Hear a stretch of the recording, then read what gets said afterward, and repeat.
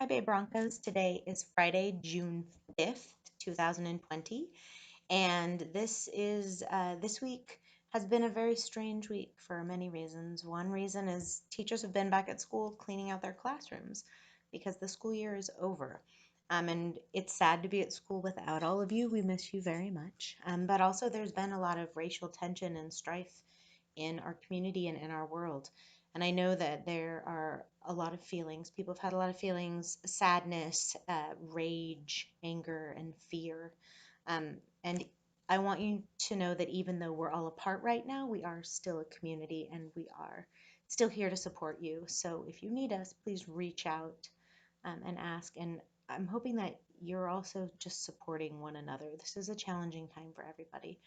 And we all need to do our best to come together to do what's right and to make sure that we're supporting people who need support and that we're taking care of each other.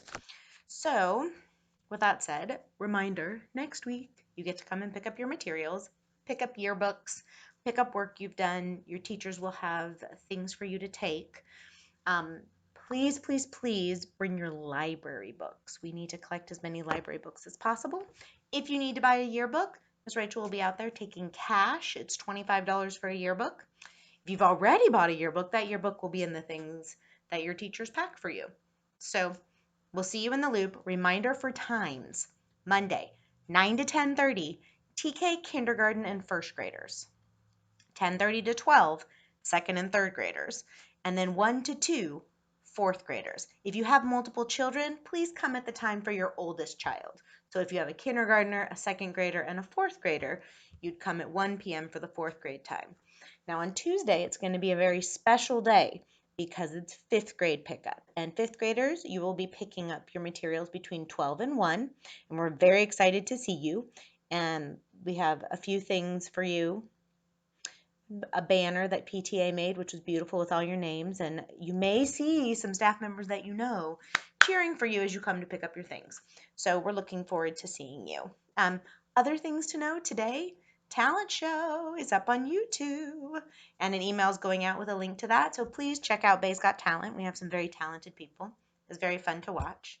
And we miss all of you. We love you, and we can't wait to see you next week. Please, when you come, know that we'll be wearing masks, but we'll try to identify ourselves so we know who we are, so you know who we are.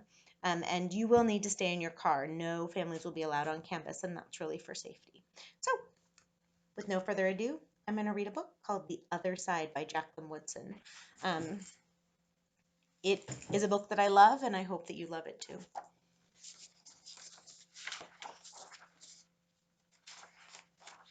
The Other Side.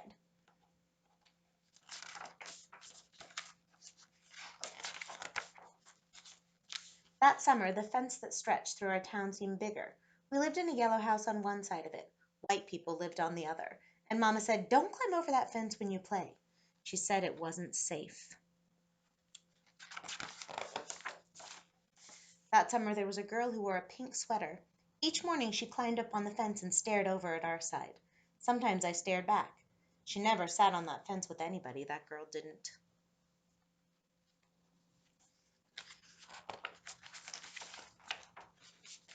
Once, when we were jumping rope, she asked if she could play, and my friend Sandra said no without even asking the rest of us. I don't know what I would have said. Maybe yes, maybe no. That summer, everyone and everything on the other side of that fence seemed far. When I asked my mama why, she said, "Because that's the way things have always been." Sometimes when me and Mama went into town, I saw that girl with her mama. She looked sad sometimes, that girl did. "Don't stare," my mama said. "It's not polite." It's interesting, she says, because that's the way things have always been. It rained a lot that summer. On rainy days, that girl sat on the fence in a raincoat. She let herself get all wet and acted like she didn't even care. Sometimes I saw her dancing around in puddles, splashing and laughing.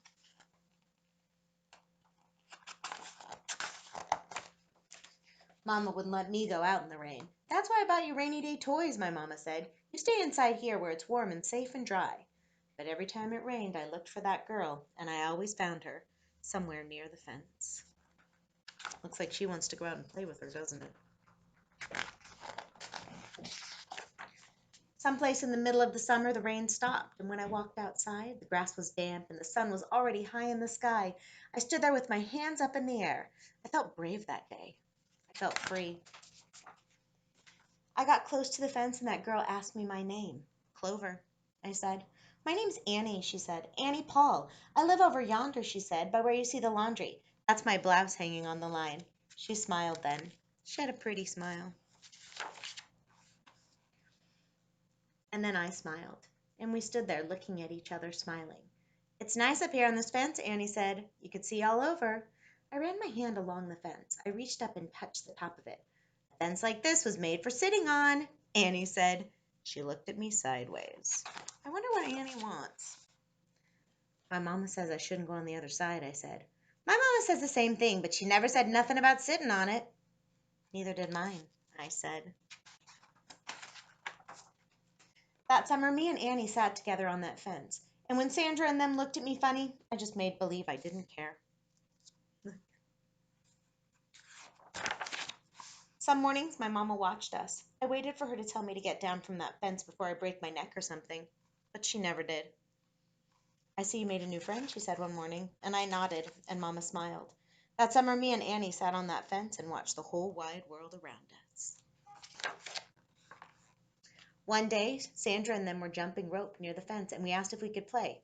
I don't care, Sandra said. And when we jumped, Sandra and me were partners the way we used to be. When we were too tired to jump anymore, we sat up on the fence, all of us in a long line.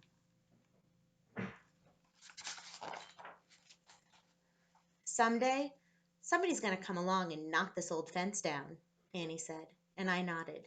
Yeah, I said, someday. So you remember how Annie and Clover's moms told them that they needed to stay on their own side of the fence and not play together because that's the way it was always done? Sometimes the way it was always done is not the right way. And sometimes, like Annie and Clover, we have to figure out how to make things better. So, Broncos, I hope you enjoyed this book, The Other Side.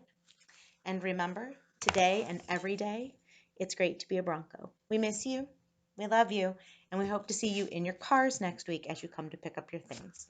Bye.